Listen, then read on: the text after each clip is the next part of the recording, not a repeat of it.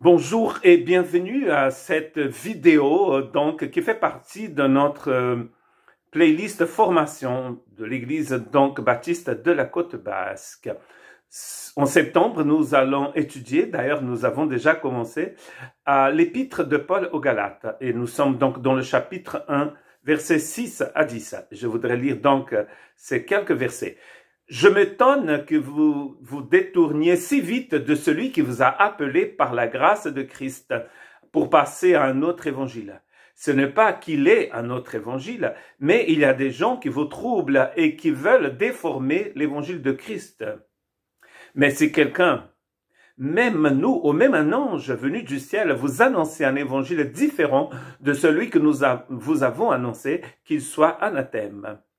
Nous avons dit cela et je répète maintenant, si quelqu'un vous annonce un autre évangile que celui que vous avez reçu, qu'il soit anathème.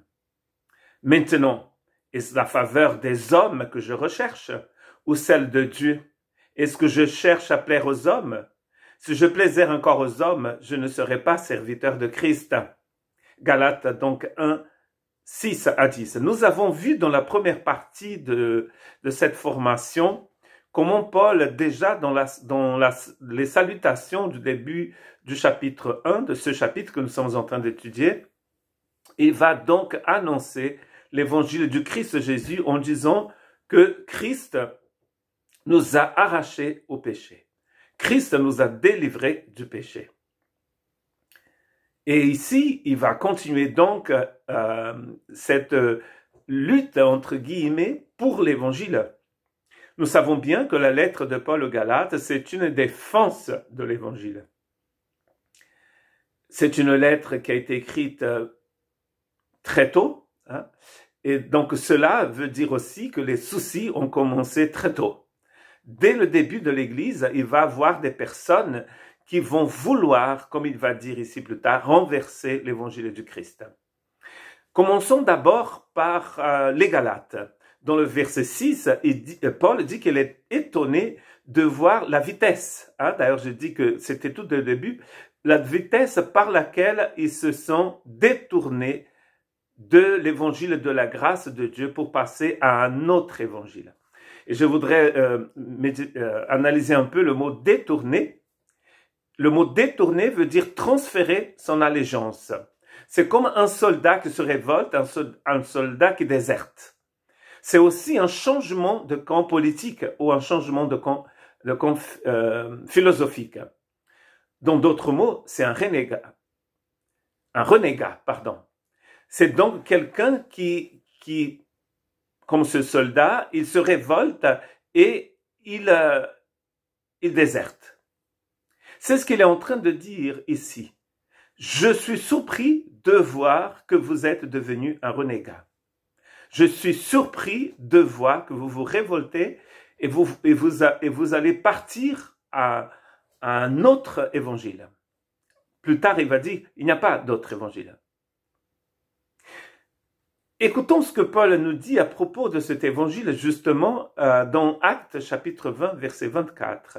Mais je n'y attache aucune importance et je ne considère pas ma vie comme précieuse, pourvu que j'accomplisse avec joie ma course et le ministère que le Seigneur Jésus m'a confié d'annoncer la bonne nouvelle de la grâce de Dieu. Le mot bonne nouvelle ici, c'est la traduction d'évangélion, c'est-à-dire de l'évangile. L'évangile, c'est une bonne nouvelle de la grâce de Dieu. Nous allons voir au fur et à mesure que nous étudions cette lettre que le souci, c'est qu'ils ont prêché à ces Galates un évangile qui n'était pas basé, sur la grâce de Dieu. Un autre évangile, c'est un évangile qui n'est pas basé sur la grâce de Dieu. Et d'annoncer, de prêcher, de vivre cet autre évangile, c'est se détourner de l'évangile de la grâce de Dieu. Donc, qu'est-ce que c'est que cet évangile de la grâce de Dieu? En quelques mots, c'est Dieu qui accorde sa grâce à des pécheurs. C'est-à-dire, c'est des gens qui ne méritent pas. Parce que le jour où nous allons mériter la grâce, elle n'est plus une grâce. Nous avons, depuis le début du confinement, ici en France, donc en mars 2020, commencé de méditation sur la grâce. Et à ce jour, nous méditons tous les jours sur ce sujet magnifique. Nous sommes passés aussi à la sagesse et aux paroles. Et nous avons compris une chose très intéressante, que la grâce dans l'Ancien Testament, c'est quand quelqu'un se penche, quelqu'un de supérieur se penche pour venir en aide à quelqu'un d'inférieur.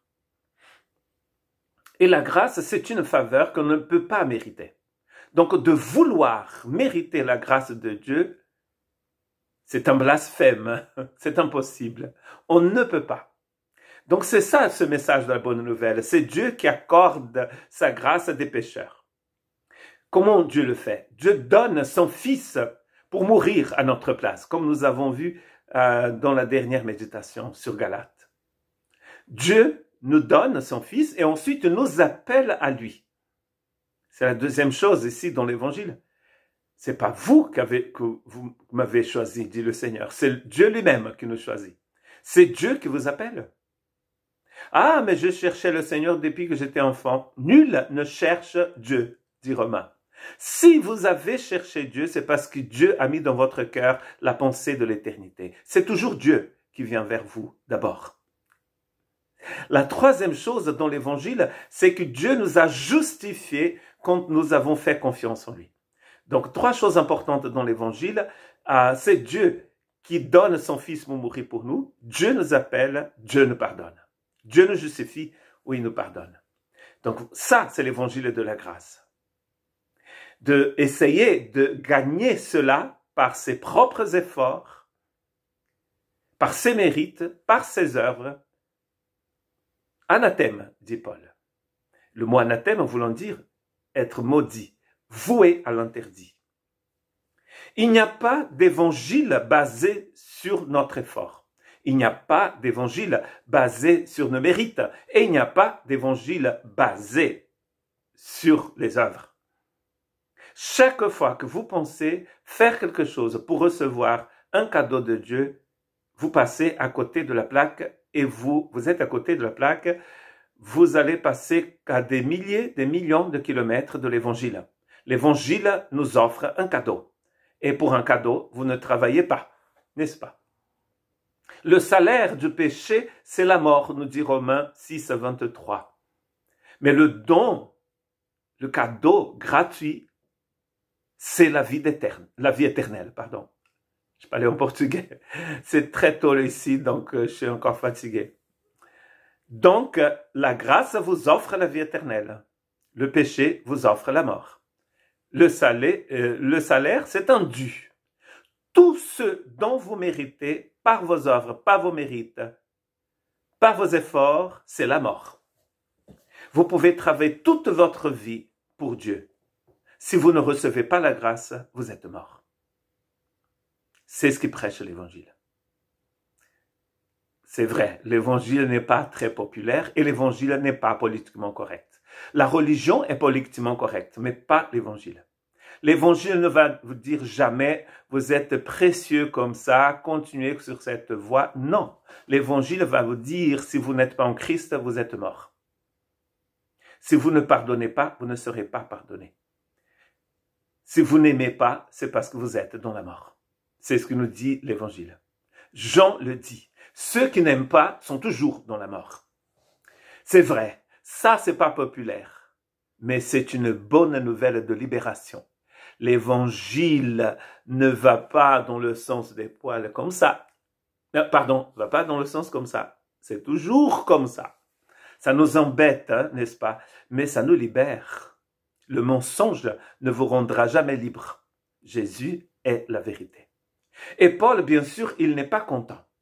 Et donc, il va dire dans le verset 7, ce n'est pas qu'il y ait un autre évangile, mais il y a des gens qui vous troublent et qui veulent déformer l'évangile du Christ. Deux mots, troubler. Troubler ici, c'est agiter.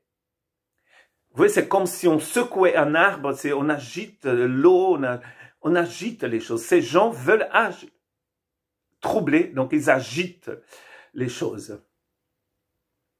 C'est détourner, pour que les gens puissent se détourner de l'évangile. C'est une stratégie, n'est-ce pas, pour renverser l'évangile. Comme il dit après, hein, dans le verset, ils sèment le trouble parce qu'ils veulent déformer. Le mot déformer ici, c'est le mot renverser. C'est comme s'ils voulaient faire un coup d'État, renverser l'évangile du Christ. Mais qui sommes-nous pour renverser l'évangile du Christ? Nous ne pouvons pas.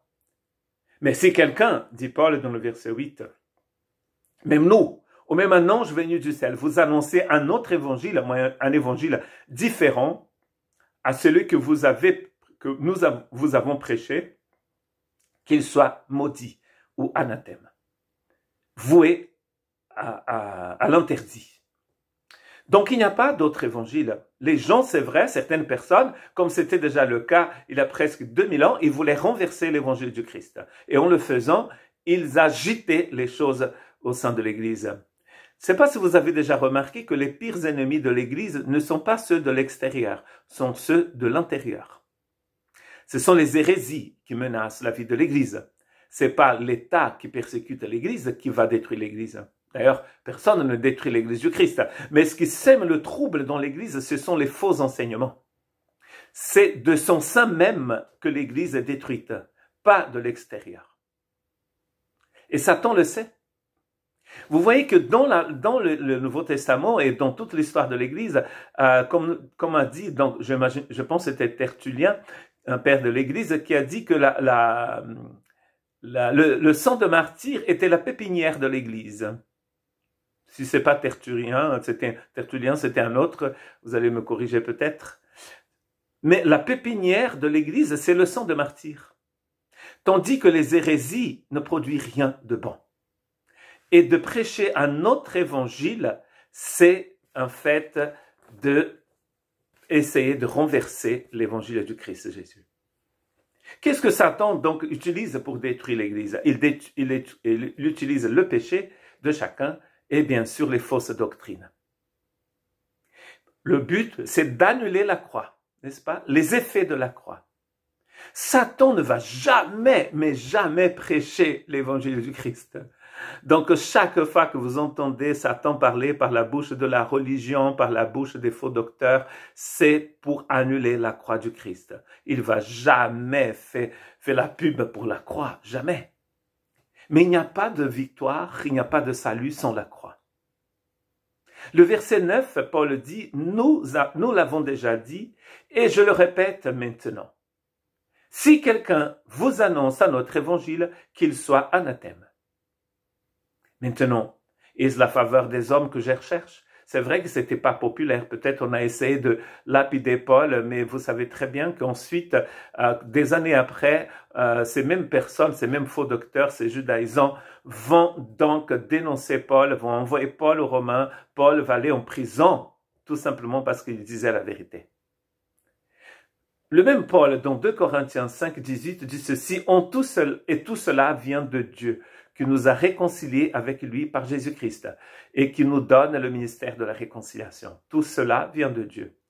Dites que chaque fois que vous vivez une bénédiction venue d'en haut, vous pouvez dire tout cela vient de Dieu. Tout cela vient de Dieu qui nous a réconciliés en Christ Jésus. N'acceptez pas un autre évangile qui ne soit pas basé sur la mort et la résurrection de Jésus-Christ. Que Dieu vous bénisse.